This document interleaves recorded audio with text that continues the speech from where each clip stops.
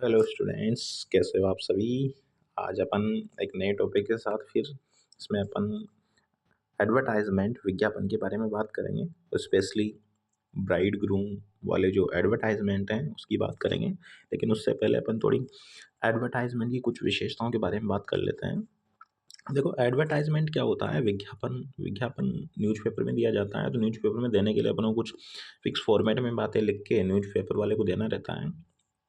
तो अपने एक क्वेश्चन आता है विज्ञापन बनाने के लिए, एडवर्टाइजमेंट बनाने के लिए, तो उसमें बनाने के लिए अपन को कौन कौन सी विशेषता ध्यान रखनी चाहिए। देखो, एक अच्छा एडवर्टाइजमेंट की ये विशेषता है कि उसमें कम से कम शब्दों का यूज होना चाहिए और कम से कम वर्ड्स का यूज होना चाहिए और आवश्यक जो सारी सूचना है ना उसका सारा समावेश होना चाहिए उसमें। क्योंकि अपन को यही सीखना है कि कम से कम शब्दों में यूज करते हुए अपन कैसे अपनी सारी इन्फॉर्मेशन को बता दें। और अगली बात है कि उसमें जो आप एडवर्टाइजमेंट लिख रहे हो तो उसमें अपना व्यक्तिगत संपर्क करने के लिए आपका मोबाइल नंबर, स्वयं का पता वगैरह होना चाहिए उसके अंदर। नहीं तो आपने एडवर्टाइजमेंट लिख दिया, कोई अगला पर्सन आपसे कांटेक्ट करना चाहेगा तो कांटेक्ट कैसे करेगा। तो उसमें अपना एड्रेस वगैरह होना चाहिए, उसकी भाषा बहुत सरल होनी चाहिए, संक्षिप्त होनी चाहिए, है ना। तो ये तो कुछ एडवर्टाइजमेंट की कुछ बेसिक इन्फॉर्मेशन थी, कुछ विशेषताएं थी जो आपको याद रखनी है। नेक्स्ट अपने मेन टॉपिक के ऊपर आते हैं कि अपन आज स्पेशली बात करने वाले हैं कि ग्रूम ब्राइड के लिए अपन एडवर्टाइजमेंट लिखना है तो उसको अपन एडवर्टाइजमेंट को कैसे लिखते हैं उसके बारे में अपन को जानना है। तो नेक्स्ट आगे बढ़ते हैं। उसके अंदर आपको कौन सी चीज़ याद रखनी है। तो कितने ये एडवर्टाइजमेंट के टाइप्स होते हैं, मैट्रिमोनियल्स, अकोमोडेशंस, सेल परचेज, है ना, जॉब वैकेंसीज वाले, लॉस्ट फाउंड, एजुकेशनल। तो आज स्पेशली अपन मैट्रिमोनियल के बारे में बात करने वाले हैं। जो वैवाहिक संबंध से संबंधित जो एडवर्टाइजमेंट आते हैं उनके बारे में बात करने वाले हैं। स्पेशली कोई याद रखना है कि विवाह से संबंधित जो एडवर्टाइजमेंट आते हैं उसमें ब्राइड और ग्रूम से संबंधित अपन को कौन सी बातें याद रखनी है, कौन सा फॉर्मेट फॉलो करना है अपन को। देखो, अपन को क्वेश्चन से पता लग जाएगा कि अपन को ब्राइड मतलब होती है दुल्हन, ब्राइड मतलब क्या होती है दुल्हन, ग्रूम मतलब क्या होता है दूल्हा। तो अपन को क्वेश्चन से पता लग जाएगा कि आप सर्च कर रहे हो तो एक ब्राइड सर्च कर रहे हो या दूल्हा सर्च कर रहे हो, क्या सर्च कर रहे हो। अगर आप ब्राइड सर्च कर रहे हो तो इस फॉर्मेट से लिखेंगे, अगर ग्रूम सर्च कर रहे हो तो इस फॉर्मेट से लिखेंगे। तो इस फॉर्मेट को समझना है आपको। आपको एक्स्ट्रा कुछ भी बातें नहीं लिखनी है, जो फिक्स फॉर्मेट है सारे क्वेश्चन का आंसर आप इस फॉर्मेट से कर सकते हो। पहला देखो, ब्राइड वांटेड। देखो, सबसे पहले एडवर्टाइजमेंट की एक विशेषता है कि एडवर्टाइजमेंट को भी बॉक्स में लिखा जाता है। जैसे नोटिस देखा था अपन ने, नोटिस के बारे में पढ़ा था, तो इसी प्रकार से आपको याद रखना है कि एडवर्टाइजमेंट जो होता है उसको भी बॉक्स में लिखेंगे। अब आपको अगर क्वेश्चन पढ़ के लगा कि आपको दुल्हन चाहिए तो हेडिंग क्या लगाएंगे अपन, ब्राइड वांटेड, और इसको कैपिटल में लिखेंगे। ब्राइड वांटेड लिखेंगे और उसको कैपिटल में लिखेंगे। फिर उसके बाद में फिर इसको स्टार्ट करेंगे अपन वांटेड से स्टार्ट करने के बाद में अपन को ब्राइड चाहिए तो सबसे पहले लड़की की डिटेल लिखेंगे। अब लड़की की डिटेल क्या क्या हो सकती है नीचे अपन देख लेंगे अभी कि जो डिटेल चाहिए अपन लड़की की तो नीचे डिटेल लिख देंगे, ठीक है। तो ब्राइड वांटेड हेडिंग होगी और उसकी स्टार्टिंग पॉइंट कैसे क्या होगा, वांटेड, और उसके बाद में लड़की की जो डिटेल है उसको लिखेंगे। उसके बाद में फिर जैसे आपने लड़की की डिटेल लिख दी पूरी यहाँ पे, उसके बाद में फोर लगा के और लड़के की डिटेल लिखेंगे। देखो, ऐसा नहीं है कि आपको दुल्हन चाहिए तो ओनली दुल्हन की डिटेल ही लिखेंगे एडवर्टाइजमेंट में, डिटेल अपन को दोनों लिखनी है। लेकिन यहाँ पे ब्राइड वांटेड, ब्राइड दुल्हन चाहिए उसके बारे में लिखना चाह रहे हैं तो स्टार्ट करेंगे वांटेड से, फिर लड़की की डिटेल लिखेंगे। उसके बाद फिर फोर लगा के लड़के की डिटेल लिखेंगे। फोर लगा के क्या लिखेंगे, लड़के की डिटेल लिखेंगे। फिर उसके बाद डिटेल लिखने के बाद में अपन को क्या करना है, नीचे ही नीचे यहाँ पे कॉन्टैक्ट लिख के अपना नेम, एड्रेस वगैरह लिखना है, मोबाइल नंबर वगैरह लिखना है। क्योंकि एडवर्टाइजमेंट लिखने के लिए मान लो अपन ने एडवर्टाइजमेंट लिखा तो कोई सामने वाला अपन से कॉन्टैक्ट करेगा तो इसमें अपने एड्रेस, नेम वगैरह इन्फॉर्मेशन होनी चाहिए इसमें, ठीक है ना। तो ये तो ब्राइड वांटेड वाला था। जैसे मान लो अपन को दूल्हा चाहिए तो उसके लिए सबसे पहले हेडिंग लगाएंगे, बॉक्स बनाएंगे वही अपना। उसके बाद हेडिंग लगाएंगे ग्रूम वांटेड, ग्रूम वांटेड बनाएंगे। उसके बाद में इसकी स्टार्ट करेंगे अपन वांटेड से स्टार्ट करेंगे और वांटेड से स्टार्ट करने के बाद में फिर लड़के की डिटेल लिखेंगे। अब ग्रूम चाहिए ना तो लड़के की डिटेल्स लिखेंगे यहाँ पे। फिर लड़के की डिटेल लिखने के बाद में फोल्ड लगा के अपन को लड़की की डिटेल लिखनी है। जैसे मान लो इसमें पहले अपन को ब्राइड चाहिए थी तो वांटेड के साथ लड़की की डिटेल लिखी थी, इसमें अपन को ग्रूम चाहिए तो वांटेड के साथ में लड़के की डिटेल लिखेंगे, ठीक है ना। फिर फोल्ड लगा के इसमें लड़की की डिटेल लिखनी है अपन को, फिर नीचे कॉन्टैक्ट लिख के यहाँ पे कॉन्टैक्ट नंबर लिखना है अपन को, तो कॉन्टैक्ट लिख के अपन को यहाँ पे अपना नेम, एड्रेस वगैरह, मोबाइल नंबर है वो देना है। ठीक है, कुल मिला के आपको बात ये याद रखनी है कि जैसे मान लो अपन जो चाहिए ना, तो वांटेड के साथ जो चाहिए उसकी इन्फॉर्मेशन लिखते हैं, और जिसके लिए चाहिए तो फॉर के साथ उसकी डिटेल लिखते हैं। अब आपके माइंड में से आ रहा होगा भाई सर यहाँ पे लड़की की डिटेल बोल रहे हो आप, यहाँ पे लड़के की डिटेल बोल रहे हो, तो ये लड़की की डिटेल क्या लिखेंगे?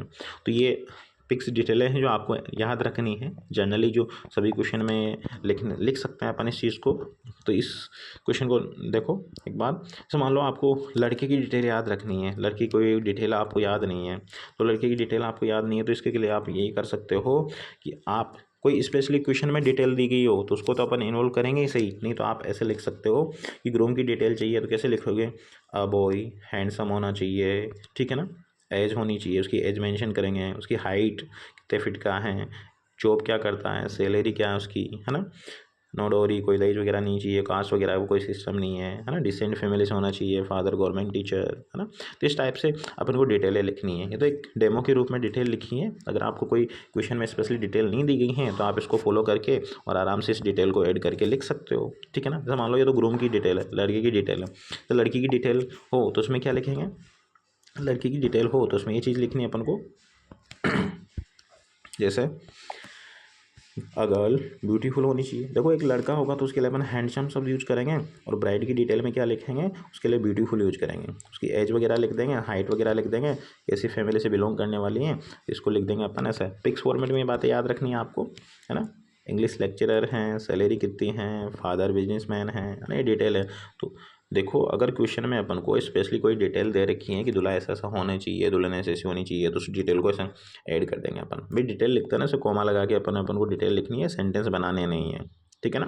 देखो यहाँ पे दिया हुआ है, अगर क्वेश्चंस में ब्राइड ग्रूम की कोई विशेषता दी गई हो तो एडवर्टाइजमेंट उसको भी शामिल करेंगे, नहीं तो ये दो जो विशेषताएं आपको बताई गई है डिटेल, लड़के की डिटेल क्या लिखेंगे, लड़की क्या लिखेंगे, उसको बना के आप आराम से एडवर्टाइजमेंट तैयार कर सकते हो। देखो इसके फॉर्मेट को फॉलो करते हुए अपन क्वेश्चन करते हैं। एक क्वेश्चन देखो, फर्स्ट क्वेश्चन दे रखा है आपको, फर्स्ट क्वेश्चन दे रखा है कि you and your parents are looking for का मतलब होता है सर्च करना, a bride groom for your elder sister. Bride groom का मतलब क्या होता है? देखो अकेले ब्राइड आती है तो दुल्हन, ग्रूम आता तो दूल्हा, और ब्राइड ग्रूम आ जाए उसका मतलब भी होता है दूल्हा, ठीक है ना। तो आप अपने पेरेंट्स एक दूल्हा ढूंढ रहे हो फॉर योर एल्डर सिस्टर, आपकी बड़ी बहन है उसके लिए आप दूल्हा ढूंढ रहे हो। राइट एन एडवर्टाइजमेंट, तो आपको एक एडवर्टाइजमेंट लिखना है। देखो अपन को क्वेश्चन से पता लग गया कि दूल्हा ढूंढ रहे हैं, दुल्हन ढूंढ रहे हैं, क्या ढूंढ रहे हैं, तो अपन दूल्हा चाहिए, तो उसके लिए अपन को हाँ ग्रूम वांटेड का एडवर्टाइजमेंट लिखना पड़ेगा। तो अभी अपन ने फॉर्मेट में देखा था कि सबसे पहले अपन को मान लो दूल्हा चाहिए तो सबसे पहले बॉक्स बनाएंगे और हेडिंग लगाएंगे ग्रूम वांटेड।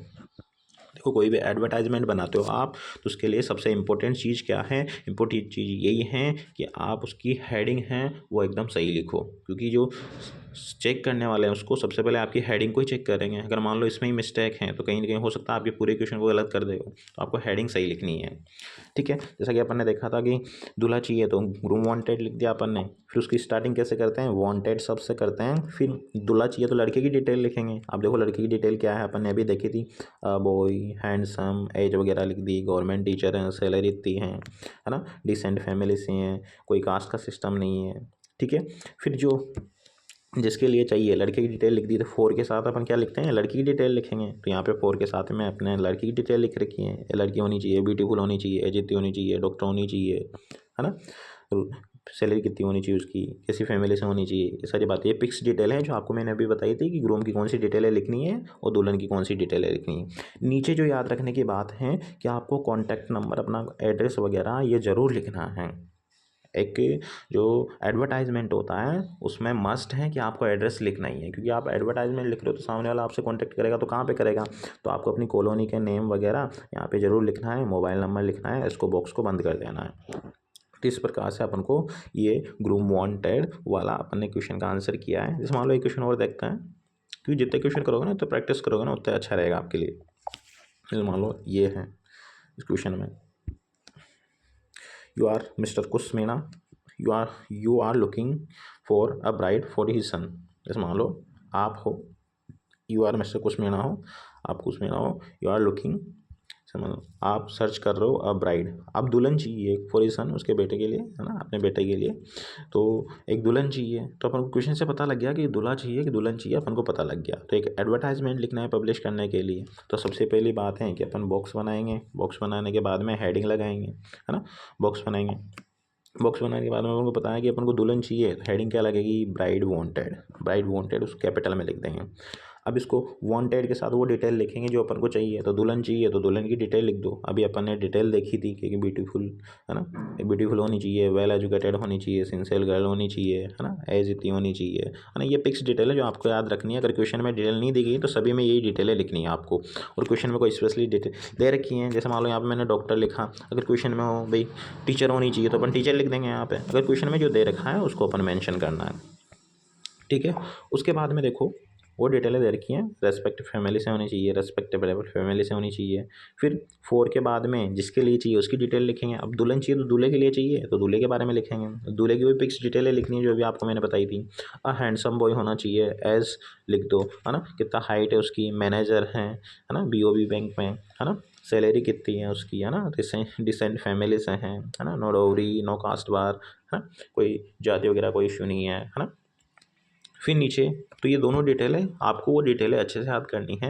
कौन सी डिटेल है कि अपन को सबसे पहले तो दोनों फॉर्मेट याद रखने हैं, और दूल्हे की डिटेल क्या याद करनी है, दुल्हन की क्या याद करनी है, तो दोनों डिटेलें आपको अच्छे से याद करनी है, ठीक है। नीचे कॉन्टैक्ट नंबर लिखेंगे, एड्रेस लिखेंगे, क्योंकि एडवर्टाइजमेंट की मुख्य नीड है कि आपको उसमें एड्रेस ज़रूर मेंशन करना है, ठीक है ना। तो इस ब्राइड ग्रूम वाले जो क्वेश्चन होते हैं, आप अगर ब्राइड चाहिए ग्रूम चाहिए उसके लिए आपको जो याद रखना है, याद क्या रखना है, एक तो दोनों फॉर्मेट याद रखने हैं आपको कि हेडिंग क्या लगेगी सबसे पहले, उसके बाद स्टार्टिंग वर्ड से सबसे पहले किसकी डिटेल लिखेंगे, वो डिटेलें फिक्स हैं जो अभी आपको मैंने बताई थी, उन डिटेलों को याद कर लेना।